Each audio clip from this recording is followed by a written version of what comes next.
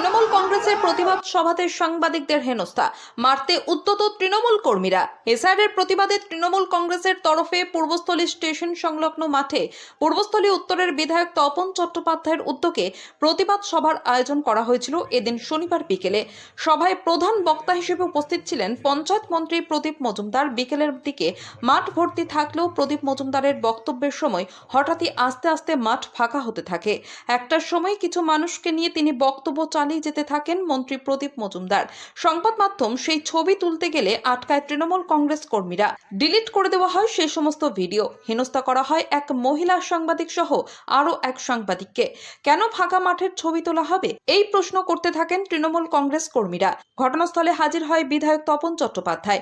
বিধায়কের সহযোগিতায় কোনো ক্রমে এলাকা ছাড়তে পারে সাংবাদিকেরা। সত্য খবর পরিবেশনে কেন ভয় এত তৃণমূল কর্মীদের, প্রশ্ন তুলছে জনতা।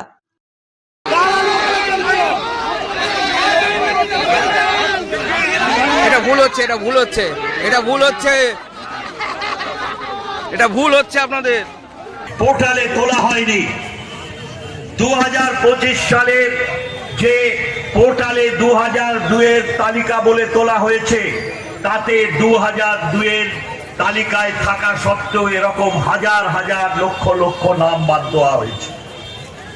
কারণ কি, 2002 তাদের নেতৃত্বে আমাদের বিশাল এই সংগঠন, আমার সহকর্মীদের, তৃণমূল কংগ্রেসের আমার সহকর্মীরা সারা রাজ্যের মানুষের পাশে আছি এবং থাকব।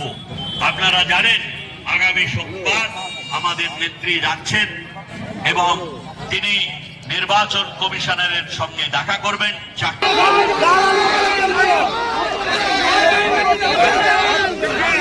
এটা ভুল হচ্ছে, এটা ভুল হচ্ছে, এটা ভুল হচ্ছে,